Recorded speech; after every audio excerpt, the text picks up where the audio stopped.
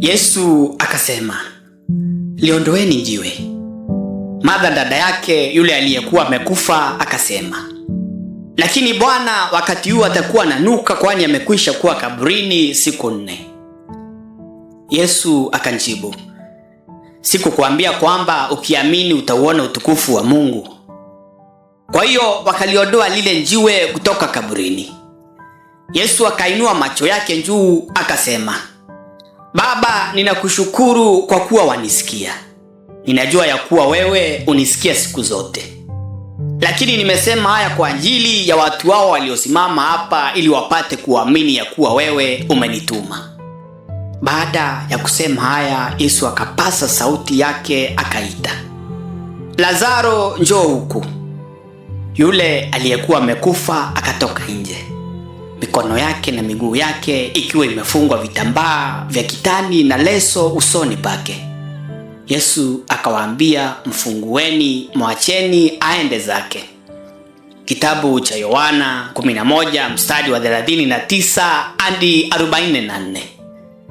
Katika neno hili Yesu anasisitiza sana kuhusu imani.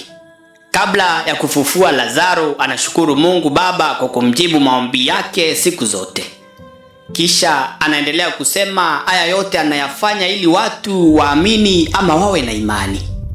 Katika Waebrania 11 mstari wa 6, neno linasema, pasipo imani haiwezekani kumpendeza Mungu. Kwa maana yoyote anayemjia Mungu lazima aamini kwamba yeye yuko na ya kuwa huwapa thawabu wale wanamtafuta kwa bidii. Lakini imani ni nini? Waebrania 11 mstari wa 1 inaeleza vyema kwamba imani ni kuwa na hakika ya mambo yatarajiwayo na udhahiri wa mambo yasiyoonekana. Imani ni uamuzi wa kuamini, ni chaguo wala sio hisia. Ninachagua kumwamini Yesu Kristo kwamba alikufa kwa ajili ya dhambi zangu na kwamba kwa kumwamini dhambi zangu zitasamehewa. Hii ndiyo imani. Pia ahadi yake iko wazi. Kwa maana jinsi Mungu aliupenda ulimwengu hata akamtoa mwanawe wa pekee, ili kila muaminie asipotee, bali awe na uzima wa milele. Yohana 3 mstari wa 16. Hivyo basi, imani katika wokovu ni silaha kubwa kwa mtu anayetaka kuishi maisha ya kiungu na pia maisha ya kumpendeza Mungu. Imani ni kama tu mtoto.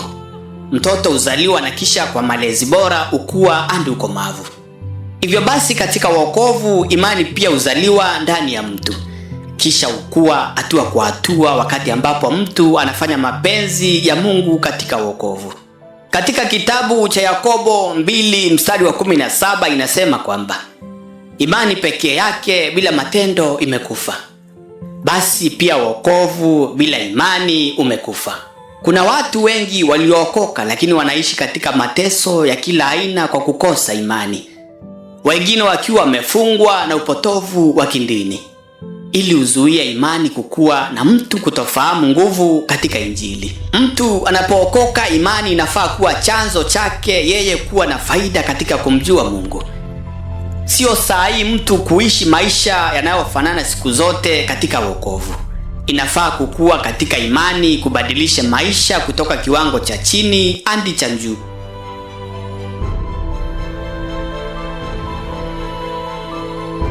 Mungu kwetu sisi ni kimbilio na nguvu, msaada utakaoonekana tele wakati wa mateso. Kwa hiyo hatutaogopa hata kama dunia ikiondolewa na milima ianguke kilindini cha bahari, hata maji yake yakiguruma na kuumuka na milima itetemeke kwa mawimbi yake. Kuna mto ambao vijito vyake vinafurahisha mji wa Mungu, mahali patakatifu ambako aliye juu sana anaishi. Mungu yuko katikati yake, hautaanguka. Mungu atausaidia asubuhi na mapema.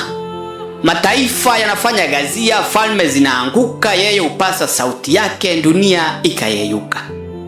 Bwana wa majeshi yu pamoja nasi. Mungu wa Yakobo ni ngome yetu. Zaburi 46 mstari wa 1 hadi 7. Haijalishi ugumu na uchungu unaopitia wakati ambapo unangoja majibu ya maombi yako. Wakati mwingine unahisi kuchoka na kukata tamaa. lakini ongeza kiwango chako cha imani, yeye ni mwaminifu, atatenda. Katika kitabu cha Isaya 60 mstari wa 22 anasema, wakati wake atatimiza aliyoyasema upesi kwako. Kwa hivyo ongeza imani yako hata kama hakuna dalili za yale aliyokuahidi. Msubiri kidogo, atatenda. Ni mwaminifu, atatenda.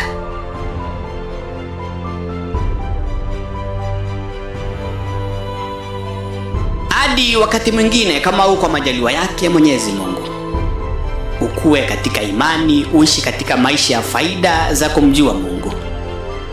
Nimekuwa wako Cyprian Mutuma.